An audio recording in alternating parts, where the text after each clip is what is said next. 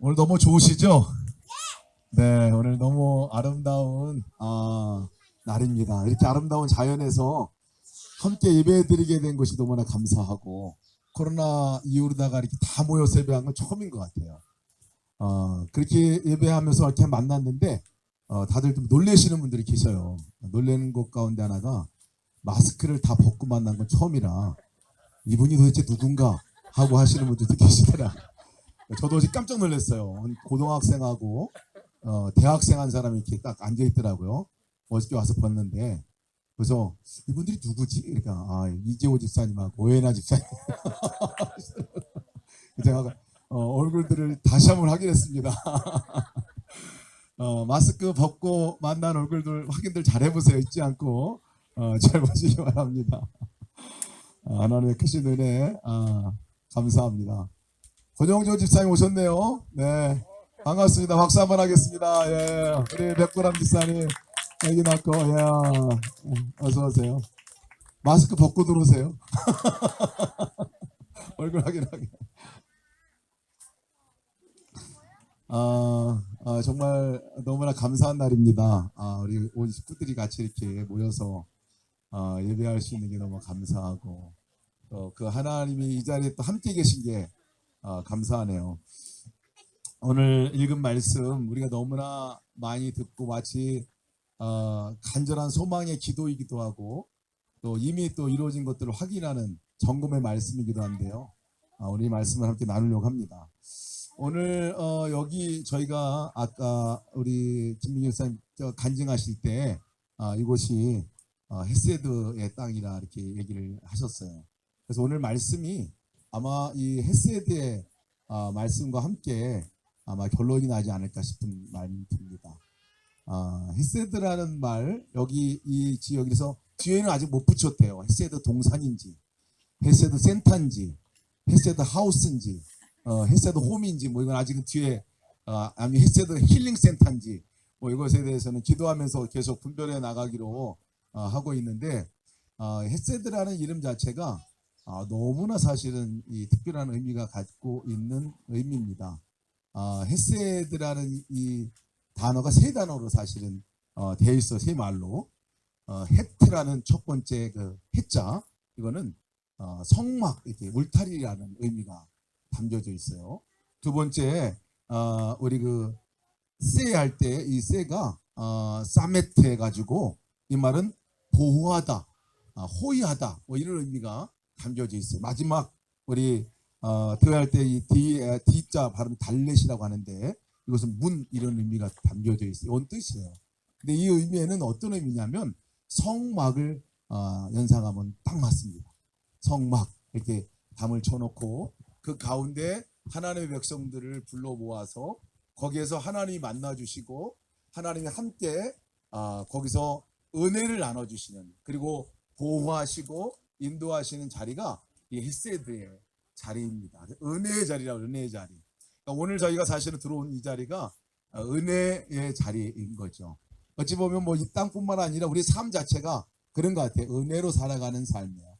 은혜라고 하는 단어는 그냥 뭐 좋다 뭐 이런 거 의미라기보다는 하나님이 정말 주시고 싶은 그것을 준비했다가 이미 값어치 그걸 받을 자격이 없는 사람에게 주었다라는 그런 의미가 은혜라는 단어입니다. 성막으로 우리를 불러주신 것도 마찬가지고 보호하시는 그 모든 것들도 바로 은혜라는 단어와 함께 담겨져 있어요. 히세드를 은혜라 이렇게 번역을 합니다. 그래서 하나님의 품, 하나님께서 안아주시는 곳 이것을 헤세드라고 이렇게 첫 번째 의미가 담겨져 있죠. 이전에 함께 말씀을 나눈 적이 있는데요. 가장 강력한 은혜이고 헤세드의 징표는 뭐냐?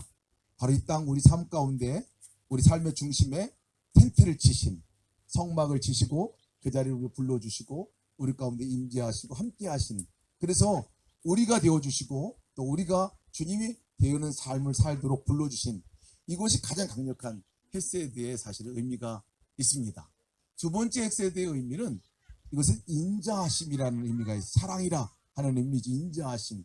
근데 이 인자하심은 unfailing love라고 말하죠. 포기하지 않는 하나님의 사랑을 말합니다. 내가 실수하고 넘어지고 많이 정말 잘못한 것들이 많이 있어도 하나님께서 우리를 포기하지 않으시고 끝까지 그 사랑 안에 불러주시고 당겨주시는 이 사랑이 인자하심이라는 것이 이 헤세드에 담겨져 있는 또 강력한 메시지이기도 합니다. 오늘 함께 읽은 우리 말씀이 항상 기뻐하라, 쉬지 말고 기도하라, 범사에 감사하라, 이는 그리스도 예수 안에서 너희를 향하신 하나님의 뜻이니라 말씀하고 계신데, 바로 이 말씀이 어떻게 이루어질 수 있는가 하는 것은 바로 이 헤세드의 하나님을 우리가 묵상할 때만 가능한 이야기라 그렇게 여겨집니다. 기뻐하세요, 감사하세요, 기도하세요 그러면 동일한 반응이 그런 얘기들을 합니다. 기뻐할 일이 있어야 기뻐하지요, 감사할 일이 있어야 감사. 요즘에는 우울한 것뿐입니다라고 얘기를 하는 분들도 계십니다. 근데 우리가 정말 점검해 봐야 할 것이 있습니다. 두 가지 사항입니다. 오늘 함께 점검해 봐야 할 것은, 첫 번째는 뭐냐면 우리가 기뻐할 일이 있는데도 불구하고, 감사할 일이 있는데도 불구하고 기뻐하지도 못하고 감사하지도 못하고 지내고 있을 때가 너무나 많다는 거예요. 너무나 많다는 거예요. 그것을 우리가 오늘 한번 첫 번째 점검해 봐야 할 사항이기도 합니다. 제가 아침에 이렇게 산책을 이렇게 하면서 이렇게 나와서 저 아래서부터 쭉 이렇게 산책을 이렇게 하면서 너무나 큰 은혜를 누렸어요. 마치 이곳이 마치 그렇게 미리 꾸며놓은 것 같이, 물론 그렇게 이제 앞으로 하나님께서 인도하실 거라 여겨지는데, 저 아래서부터 이게 숲을 이렇게 들어오는데 마치 그 숲속 안으로다가 사람을 품고 앉는 모습과 같이 그렇게 느껴지더라고요. 그래서 숲으로 들어오면서 이게 마치 누구의 품으로 들어오는 자연의 품이기도 하고 하나님의 품으로 들어오는 것 같은 느낌이 들었어요. 그래서 쭉 요 뒤로 보면 산책로가 쭉 있는데, 이렇게 산책을 쭉 하면서 저 위로 이렇게 지나고 저 요렇게 저 밭 위쪽에 있는 그쪽이 아마 거의 이제 중간 지점이 되는데, 그 지점에서 제가 여기 이렇게 돌아봤어요. 돌아보니까 마치 그곳에서 이렇게 가서 한번 이따 보세요. 이렇게 손을 벌리고 누군가가 이렇게 손을 벌리고 이렇게 이 땅을 이렇게 품고 있는 것 같은 그런 느낌이 들었어요. 그래서 야, 이거 정말 이렇게 큰 가슴 안에, 품 안에 품겨져 있는 이 땅이구나 하는 느낌을 가지면서, 그렇지, 우리의 인생이, 우리의 삶이 하나님의 품 안에 품어져 있는 삶을 살아가는 게 우리의 삶이지, 한 번도 주님 품으로 벗어난 적은 사실 없는 것 같아요. 우리가 정말 그 사실을 깨닫고 바라볼 때는 감사가 돼요. 근데 그 품을 우리가 느끼지 못하고 바라보지 못하면 사실은 그것을 깨닫지 못하게 되는 것 같아요. 내가 얼마나 사랑받고 있는 존재인지, 내가 얼마나 귀중한 존재인지를 사실은 깨달을 때, 그것을 발견해 볼 때는 감사가 무한히 나와요. 근데 그것이 깨달아지지 않으면, 깨달아지는 순간까지는 감사와 기쁨을 얻을 수가 없는 것 같아요. 제가 어릴 적에 제가 본산지가 우리 동네 분들이 늘 했던 얘기가, 제가 유나이티드 스테이트, 영어 발음이 신통치 않았는데 미국이라고 해. 미국. 아버지가 미국 사람이고 어머니가 한국 분인 아들인 줄을 알고 있어요, 모든 분들이. 저희 집 근처에 그래서 송탄 오산 비행장이 있었는데 늘 저는 거기에 우리 아버지가 살고 계신 줄 알았어요. 그리고 지금 살고 있는 아버지는 의붓 아버지고 나는 주소온 아들이라고 생각을 하고 살았거든요. 근데 그게 그냥 그렇게 느낌만 갖고 살다가 오늘 확증을 하게 되는 계기가 있었어요. 두 누님께서 너 다리 밑에 주소 왔다, 이 얘기 한 방에 그냥 끝났어요. 그 다음부터 진짜 그 사실이 맞구나. 왜냐면 여러분도 제 외모를 보면 알다시피 어릴 적엔 더했습니다. 여기다가 머리까지 빨개져 가지고 거의 뭐 미국 사람과 같이 그래서 저를 어렸을 때 별명이 미국놈이었어요. 미국놈 별명 갖고 있었기 때문에 그렇게 저를 부르고 제가 인식하는 순간부터는 뭐 아버지하고는 전쟁이에요. 완전히 가뜩이나 사춘기를 보낼 때 험하게 그래서 제가 사춘기를 보냈습니다. 아버지하고 대항하고 대적해야 될 사람이지 함께 친밀한 교제를 나눌 분은 아니었어요. 그런 순간을 지내고 정말 마음 불편한 시간을 꽤 오래 지냈는데, 그때 저희 할머니가 그런 얘기를 듣고 저를 부르더라고요. 불러가지고 엄청 저를 두드려 패서 저를 이 교화를 시켰습니다. 교화시켰던 내용은 뭐냐면 내가 너를 받았는데 무슨 이상한 소리 하고 다니냐. 그러면서 엄청 맑고 제가 그 얘기를 그 순간에 맞으면서 깨달아진 것 같아요. 우리 아버지가 진짜 맞구나. 할머니가 받았구나 하는 사실을 듣고 나서 그때부터 제가 바뀌었어요. 아버지를 대한 태도가 바뀌었고 나에게 진짜 아버지가 있구나. 나는 아버지가 버리고 간 사람이 아니구나 하는 그러한 정체성에 확신하는 시기가 있었습니다. 그러고 나니까 정말 다르더라고요. 정말 다르더라고요. 아버지가 나를 돌보고 있는 자체도 감사했고 그냥 집안에 있는 거 자체가 감사했어요. 여러분 우리가 내가 누구인지를 모르고 살면 늘 기쁨과 감사는 찾아볼 수 없습니다. 정말 내 스스로가 생각하는 나와 또 진짜 나는 너무나 다르고 있다는 것을 깨달아야 합니다. 가장 존귀한 존재로 가장 소중한 존재로 그것도 하나님의 사랑받은 하나님의 유일한 정말 그렇게 품고 안고 거르시는 자녀인 것을 꼭 기억해야 합니다. 어떻게 유아가 이렇게 여기서 공도 차고 엄마하고 놀고 아빠하고 놀고 좀 안타까운 것은 아까 엄마를 아빠보다 더 좋아하는 것 같더라고요. 그래서 아빠가 좀 많이 상실감을 느끼기도 하는 것 같지만 곧 또 바로 옆에 또 아빠를 찾아가더라고요. 근데 아빠와 엄마가 동일하게 그 유아를 쳐다보고 앞에서 부르고 넘어지면 가서 또 일으켜주고 사랑스러워하고 또 주변에 있는 저희 모두가 얼마나 귀엽든지. 유아 어디 있어요? 자요. 그게 사실은 존재잖아요. 존재 무엇을 해서가 아니라 아무것도 하지 않았는데 그렇게 정말 그 이유 하나만으로도 그렇게 인도해주고 사랑해주고 예뻐해주고 그냥 받아주는 이것이 헤세드의 사랑입니다. 헤세드의 사랑은 바로 그렇게 무조건적인 받아줌의 사랑이죠. 두 번째 우리가 기뻐해야 할 이유가 있습니다. 또 감사해야 될 이유가 있는데 사실은 이 분명한 이유가 있을 때는 감사가 되고 기쁨이 되는데요. 생활하면서 살아가면서 감사할 것이 별로 없어 보일 때가 많습니다. 환경적인 여건들이 감사를 잃어버리거나 너무 어려워지거나 힘들거나 또 내 스스로가 또 잘못했거나 실수했거나 넘어졌거나 뭐 이런 환경이 되어질 때에 하나님에 대한 원망도 되고 하나님을 생각하기보다는 그 현실 자체만 바라보게 되니까요. 감사와 기쁨보다는 오히려 더 절망하게 되고 더 불평하게 되고 신세한탄하게 되고 하는 경우가 자동으로 우리에게 따라옵니다.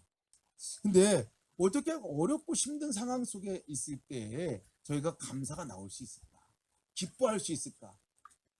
그것은 단 한 가지 이유인 것 같아요. 이 다윗이 고백한 고백을 보면 여호와는 나의 목자시니 내가 부족함이 없습니다 라고 얘기를 했어요. 이때 다윗이 고백한 고백의 배경을 보면 다윗이야말로 감사할 조건이 없었던 사람이죠. 정말 아들에게 쫓기고 또 배반당하고 많은 사람들로부터 쫓기고 먹을 것도 없고 갈 곳도 없는 이런 가장 인생의 절박한 상황에서 다윗이 고백한 고백이 여호와는 나의 목자시니 내가 부족함이 없습니다 라는 고백을 한 거거든요.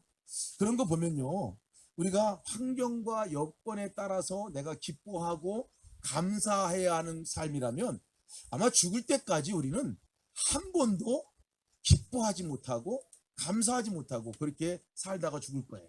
왜냐하면 우리의 삶은 내가 원하는 그 기준의 어떤 이 감사 조건, 기쁨의 조건이 아닐 수도 있거든요. 인생을 살다 보면 나이가 들어가게 되 보면요 노안도 오게 되고 눈도 점점 안 보여져요. 멀리 안경 끼고 봐야 되고 무릎 관절도 아프게 되고 이거 늙어가는 게 사람 이치거든요. 어쩔 수 없는 삶에 살아가는 건데 그것이 나의 건강이 기쁨의 조건이고 감사의 조건이 되면 평생 우리 죽을 때까지 한 번도 사실은 그것을 인해 가지고 감사할 수 없습니다. 아이들도 마찬가지죠. 다른 사람도 마찬가지입니다. 다른 사람이 나의 생각과 같이 움직여 있는 사람 아무도 없습니다. 우리가 다른 사람들 또 관계 속에서 얼마나 많은 어려움과 힘든 것들을 우리가 경험하고 삽니까? 오죽하면 이 다윗이 고백하는 고백이 내가 사망의 음침한 골짜기로 다닐지라도 이 고백을 합니다. 마치 우리의 삶이 사망의 음침한 골짜기로 다니는 것 같은 많은 골짜기들을 만나거든요. 그 골짜기가 한 번으로 끝나는 게 아니라 계속 이어지는 그 삶의 골짜기예요. 오해의 골짜기를 우리가 만나게도 되고요. 배반의 골짜기도 만나게 되고요. 빈곤의 골짜기도 만나게 되고요. 외로움의 골짜기도 만나게 됩니다. 연약함의 골짜기도 만나게 되고 내가 부딪히는 한계의 골짜기도 만나게 됩니다. 아무것도 할 수 없는 무기력한 그 골짜기를 만나게 될 때 이 삶에 우리가 어찌 보면 다 한 번씩 만나보는 이 골짜기, 그리고 지금 가고 있는 이 골짜기 속에서 다윗이 고백한 고백을 보니까요, 그럴지라도 내가 해를 들어가지 않을 것은 주께서 나와 함께 하심이니라 라고 말씀하고 있어요. 주께서 나와 함께 하심이니라, unfailing love의 그 하나님 사랑, 정말 인자하신 그 하나님이 나와 함께 계시고 그리고 나와 동행하시는 그것이 감사의 기쁨의 조건, 유일한 조건이 된다는 거예요. 왜? 그분이 우리의 삶을 이끌어 갈 거기 때문에 그렇습니다. 그 가운데서도 광야와 같은 삶 속에서도 한 걸음 한 걸음 우리의 삶을 인도할 거기 때문에 그렇습니다. 그래서 기쁨과 감사를 어려운 가운데서 어떻게 우리가 할 수 있느냐? 단 한 가지 방법이에요. 그분이 보이면 돼요. 선한 목자가 보이면 돼요. 예수님이 나의 목자인 것이 보여지고 깨달아지면 됩니다. 그게 안 되니까 사실 그런 거죠. 제가 이번에 인도네시아 선교를 갈 때 이 공항에서 아주 그냥 엄청나게 복잡한 과정들을 겪었어요. 제가 인도에 가는 입장으로 보니까 비자를 받아야 되는 줄이 얼마나 긴지 제가 한 2시간 돼도 길이 안 뚫리겠더라고요. 그런 길에 그냥 막연히 서 있는 그런 상황이고, 막 애가 타고 어떻게 저기를 호텔을 찾아갈까 뭐 이런 마음들을 갖고 또 뭐 이런 가운데 있었거든요. 그런데 그리고 또 그 가운데서 빨리 비자가 받고 그 다음에 짐을 찾으려고 하는데 짐이 안 나와. 짐이 안 나오는데 그 마음 가운데서 어떻게 하면 좋지? 뭐 이런 마음도 있는데, 또 그리고 차를 타고 가는 이 모든 과정에서 마음 졸이고 막 그렇게 있을 때 한 사람, 딱 한 사람이 너무나 밝고 행복하게 거기서 계신 분이 계셔서 너무나 룰루랄라 하면서 아주 뭐 해맑게 그러냐 그러냐면서 쫓아다니시는 분이 한 분 계셨어요. 그분이 누구냐면 원주 서원교회 우리 파트너스교회 대표로 같이 가셨던 남기성 목사님이에요. 그래서 제가 나중에 목사님 뭐가 이렇게 좋아요? 내가 그랬거든요. 그랬더니 목사님 하시는 말씀이 그냥 뭐 목사님만 따라가면 되는 거잖아요. 아니 채워줄 거 아니에요. 언제든가. 아니 뭐 호텔이 없으면 비행기 놓치면 호텔 찾아가 채워줄 거 아니에요. 그리고 뭐 선교 일정 다 그냥 따라만 가면 되는 거지 뭐 내가 뭐 딴 거 없어요. 나는 그냥 따라가려고 왔어요. 이렇게 얘기를 하시더라고요. 정말 해피한 얼굴 가운데 하나 있어요. 정말 해피한 얼굴. 정말 그러면서 다시 저도 물을 쳤습니다. 그렇지, 우리의 인생 가운데 따라갈 분명하면 비행기를 놓치건 비자가 안 나오건 차가 안 오건 아무 관계가 사실 없어요. 그 가운데 내가 따라갈 선한 목자가 안 보이니까 문제인 거죠. 안 보이니까. 지도자가 예수님 믿는다는 이것은 우리에게 선한 목자가 계시다는 겁니다. 우리가 기쁨과 감사하며 살아가는 것이 소망이다, 이게 아니라 기쁨과 감사로 우리는 살아갈 존재다 라고 얘기를 하는 겁니다. 왜냐하면 헤세드의 하나님, 그 하나님이 우리와 함께 계시기 때문에 그렇습니다. 품어주시는 하나님, 나의 부족함과 연약함에도 불구하고 나를 이끌어주시는 하나님, 받아주시는 하나님, 포기하지 않으시는 그 하나님이 우리 가운데 계시기 때문에, 그래서 예수님 믿는 것은요 1+1이 바로 따라오는 거예요. 기쁨과 감사가 우리 가운데 따라오는 겁니다. 근데 문제는요, 따라간다는 게 뭐냐는 거예요. 어떻게 하는 게 따라가느냐는 거예요. 따라가야 하는데 따라가는 방법을 잘 모릅니다. 따라간다는 것은 오늘 본문의 말씀 보면 쉬지 말고 기도하라 라고 말씀하시잖아요. 이게 따라가는 방법이에요. 주님을 따라가는 방법입니다. 주님을 바라보고 주님께 묻고 주님께 대화하고 따라가면 아무런 문제가 없어요. 아무런 어려움이 있어도 그것은 어려움이 아니에요. 사망의 음침한 골짜기라 할지라도 그것이 나에게 문제가 되지 않습니다. 근데 문제는 뭐냐면요, 이 기도를 하는 기도가 내 주관적인 기도가 된다는 게 때로는 문제. 하나님 이렇게 해야 합니다.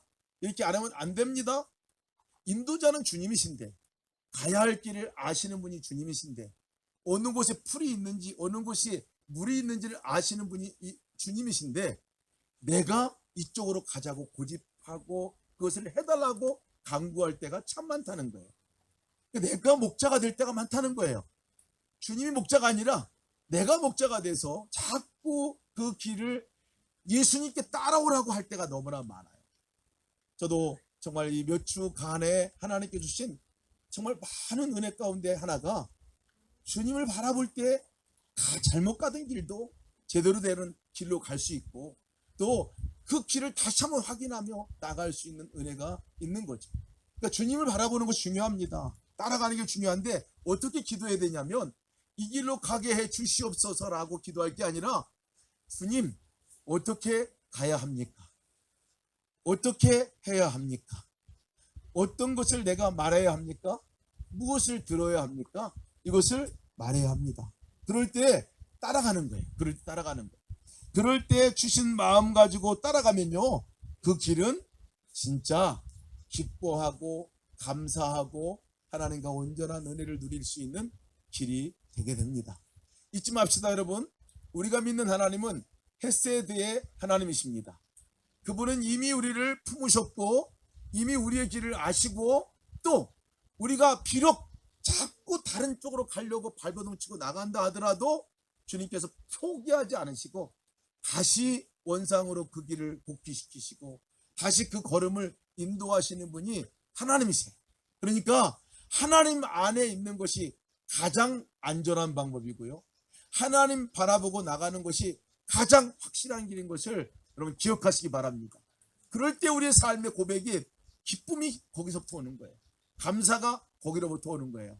우리 예수님의 성도들이 다 그런 삶을 함께 살아가시기를 주님으로 축복합니다. 네, 함께 기도합시다. 우리 기도할 때 하나님께, 하나님, 우리 오늘 이곳에 와서 보니까요, 감사할 제목이 너무 많아요. 이미 주신 은혜가 많아요. 그 은혜에 대해서 감사 한번 합시다. 우리 감사 한번, 하나님께 나를 소중한 존재로 여겨주신 것도 감사하고, 제가 오늘 보니까 가만히 앉아서 보니까요, 안 보이던 솔방울도 보이고, 또 그 이 소나무가 엄청 큰 것도 보이고요, 소나무의 그 겉에 붙어있는 그 겉껍데기에 결도 보이고요. 정말 놀랍더라고요. 자세히 보니까 이걸 다 하나님이 만들어서 나한테 선물로 주신 거네. 안 보이던 꽃도 보이더라고요. 꽃이 다 누구에게 주신 거냐면 우리에게 주신 거잖아요. 이 지금 이 맑은 공기를 마신 거 주님이 우리에게 주신 거잖아요. 잘 숨쉬라고, 마스크 벗고 숨쉬라고 우리가 주신 거잖아요. 우리가 이 모든 것들에 감사합시다. 이 멸악하신 은혜에 감사합시다. 그리고 앞으로 모든 가는 길 하나하나가 주님, 내가 정말 주님 그 묻고 주님이 인도하시는 대로만 따라 나갈 수 있도록 그렇게 해 주시기를 우리 함께 다 같이 기도하겠습니다.